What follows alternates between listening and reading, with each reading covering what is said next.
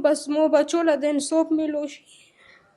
مو دغه وړوکي بچو له د انصاف میلو شي. زه ډېره بې اسرې پرېښولم، مو یوه طرف له مې مسره وسیله نشته.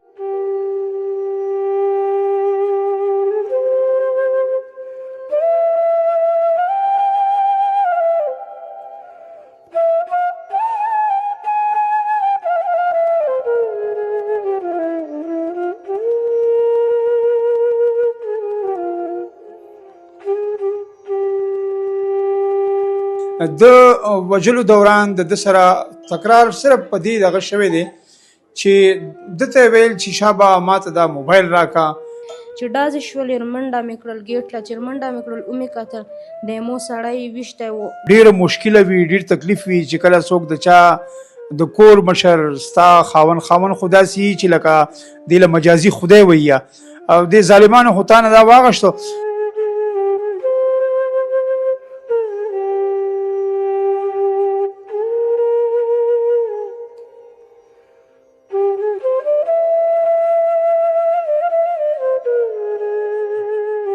مو څلور بچي دي، درې مې زامن دي او یوه مې لور ده. ملزم هم تاسو ونیولو او ریکوري دی کې څه شوی دا؟ آیا ملزم دا مني چې مطلب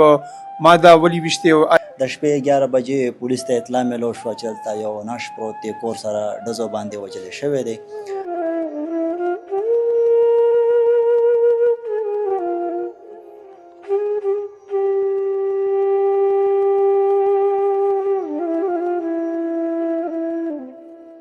بسم الله الرحمن الرحیم.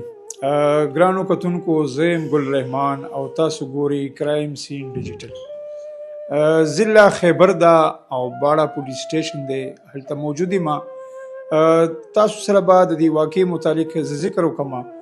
چې د خپلې د قام د قبیلې د خپلې د کورنۍ یو ډېر ښکلی ځوان حلیم خان چې دا د څلورو بچو پلارو او ویلی کېږي داسې چې حلیم خان د شپې 11 بجې په خپل کور کې موجود و او څوک راغه او ور دروازه یې وټکوله. بهر چې حلیم خان بهر ته راوتی دی، دا چې کوم تاسو په دې هتکړو کې دا ملزم ګورئ، دغه ملزم دا حلیم دا وجلی دی. د وجلو دوران د سره تکرار صرف په دې دغه شوی دی چې دته ویل چې شابه ماته دا موبایل راکا. زه به دا ووایم چې بعض اوقات انسان ته خپل مال حال چې دی لکه دا دته مسله دته تکلیف ایون دومره پورې چې حلیم خان پې ده ووژلو او دی بیا هم نه صبرېدو. د باړې پولیس په دې کې ډېره غټه کاروایي دا کړې ده چې د ملزم ته رسېدلي دي او مین مرکزي ملزم یې نیولی دی. موږ سره د هغې دا کونډه موجوده ده او د دې زنانو دا مورکۍ هم موجوده ده. دیو سره به تفصیلا خبرې کوو چې په دغه شپه باندې څه چل شوی و، دا څنګه چل و او دا څه شوي وه. دا داسې کور و چې د شپې مو سړی روغللو چې روغللو ځون سه یې شوده روړل چې په دا کې چې پخې کا شوده مو یوړل مو تل چې چېشته دی امې کېښول په چاټې کې مو چې یخ وي.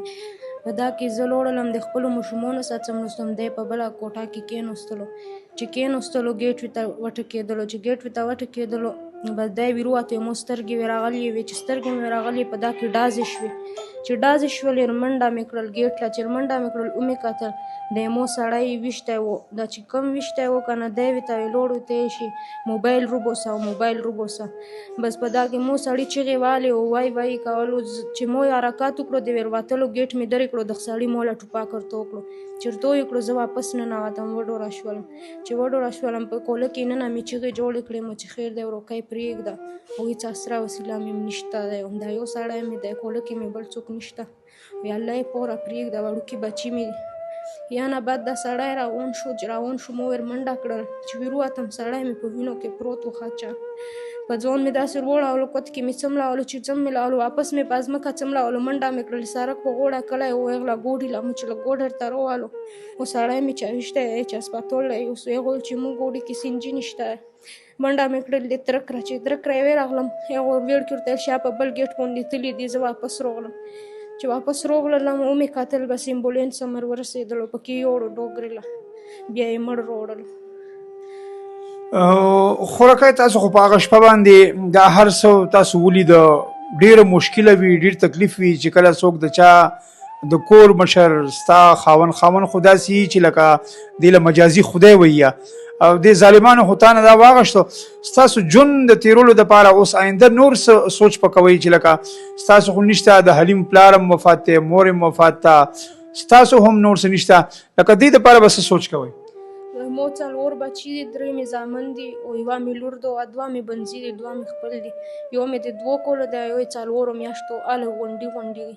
بس زه به دغو بچو سره ناسته هم ټیم یې ورسره تېروم بس مو بچو له د انصاف میلو شي مو دغو وړوکي بچو له د انصاف میلو شي زه ډېره بې اسرې پرېښولم مو یوه طرف له مې مسره وسیله نشته یو 2 ورونه مې یو مړ شولو یو مې وړوکی ورور دی بس زه د دغې مور کړه ناسته یم خو رقیب د هغې نه پس ته چې بیا تاسو راغئ پولیس ته راغئ تاڼې ته راغئ تاسو سره بیا پولیس څومره مرسته څومره تعاون وکړو موږ سره ډېره منډه ترړه وواله په مجرم یې ګرفتار کړلو ډېر هغې څه وکړلو بس الله دې دغه مدد وکړي لکه یې مونږ یې څومره مدد وکړلو څومره هغې دې مونږ وکړله بس الله دې دغه مدد وکړي کتونکو دا زنانه خو تاسو واورېده یقینا تا د دې تورسرې مجازي خدای و بل څوک یې نشته دی لکه او دا همداسې یوازې پاتې شو زما د خبرې غرض صرف دا دی چې تا له خو به موبایل میلو شوی و شوکه کې که تا د ده نه پیسې اخیستې وي یو بل شیز اخیستی و خو تا چې کوم ډز وکړو کوم هغه خونه دې ورانه که یقینا د خلکو باندې به په ژوند کې ډېر زیات تکلیفات او مشکلات راځي او دا خو بیا لکه تورسري وي تورسري خو چېرته تلیم نشي خپلې د حیا او د پردې ځان خیال ساتي مونږ به ایسوچو سره باړې زاهد خان سره به هم د دې کیس متعلق تفصیلا خبرې کوو چې مطلب دی ملزم ته رسایي څنګه وکړه یقینا دا یو ډېره پسمانده ضلع ده او داسې ملزم چې هغه راشي په شوکه کې سړی ولي او وتښتېږي موقع نه او بیا د هغه ګرفتاري وشي یقینا دا ډېر د کمال کار دی ځکه چې په دغه ځای کې خو ډېره پسماندګي هم ده داسې جدید ټکنالوژي هم نشته خو زه دا د دیو قابلیتات ځکه ګڼم چې دا ملزم دیو ته نیولې دا دیو چې کوم انصاف او دغه طلبګار کوي هغه ځکه کوي چې هغه نیولی شوی دی او انشاءالله یقینا که زموږ د ملک انصاف شته دی او انصاف خلکو ته میلاویږي چا سره چې ظلم شوی وي انصاف همغه سره ودرېږي زه به زاهد خان سره هم تفصیلا خبرې کوم قدرمنو تاسو هغه غمځپلې زنانه هم واورېده د چا چې خاوند وژلی شوی وه مونږه تاسو سره ویلي وو چې دلته بازو او باړې سچو زاهد خان د دیو سره چې کوم د ښکلي ځوانان ولاړ دي یقینا دیو هغه قاتل نیولی دی د هغه قاتل په نیوو کې د دیو ډېر غټ کردار و دیو هغه معلومات څنګه حاصل کړي دي یقینا نن سبا هغه شکمار نیول چې کله په موقع باندې سړی ووجني او بیا غیب شي دا نیول ډېر مشکل کار دی زاهد خان د قتل یو وقوعه راپېښه شوې وه شلوبرو کې حلیم خان وژلی شوی اول سره دا شعر کې چې دا وقوعه شوې څنګه وه بسم الله الرحمن الرحیم ټول ناول ستاسو ډېره شکریه دلته راغلی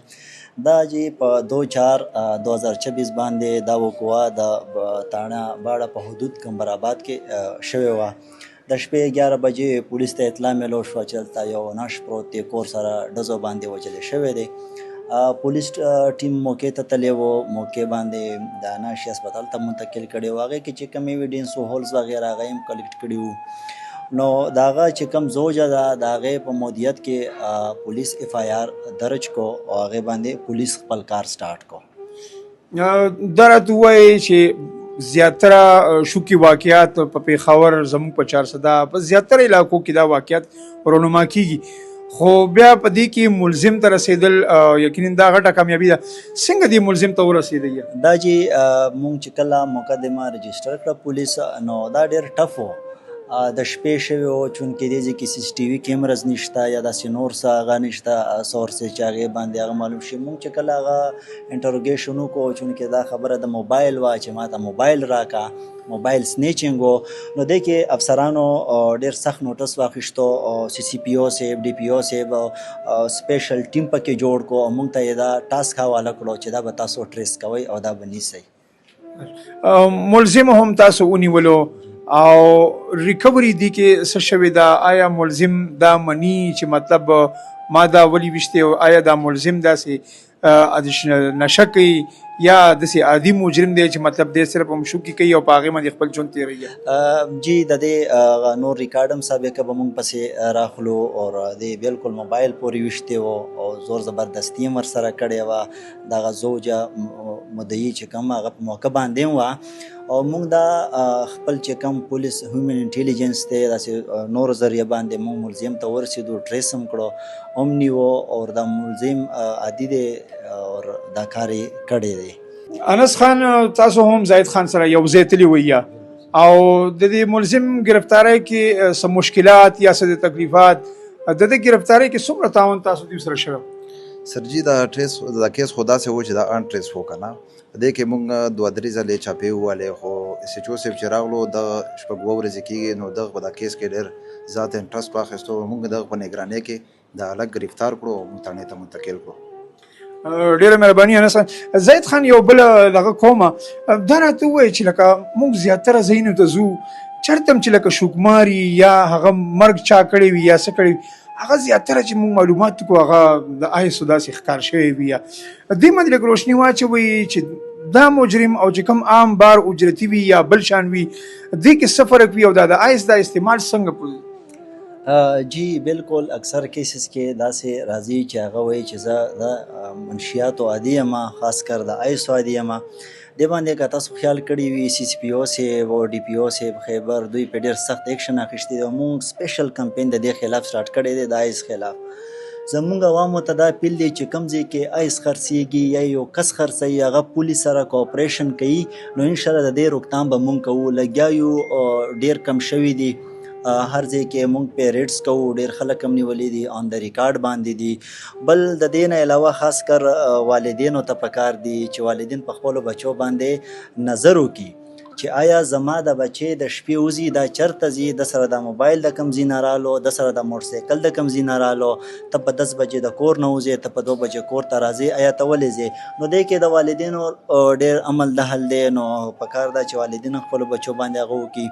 د پولیس چې څومره کوآپریشن دی موږ ته د افسرانو دا حکم دی زموږ د افیس، زموږ د تاڼه، زموږ د نمبر، زموږ د ټیم نمبر، زموږ د ټیم هر وخت اویلیبل دی. کم ځای کې بورایي وي، کم ځای کې جرایم وي، موږ ته دوی اطلاع کوي، پولیس به هلته کې رسي او چې کم ځای کې جرم وي نو هغه به موږ انشاءالله ختموو. زاهد خان یو اورال یو بل یو دغه کومه لکه دا خو خیبر دی پسمانده علاقه ده، د پېښور په بجای د دې ځای د رسم و رواج ډېر زیات بدل دی. لکه زه به ووایم چې دلته ماسخوتن 8-9 بجې شي، مطلب دا چې سناټه شي، خاموشي شي، روډونه سنسان شي.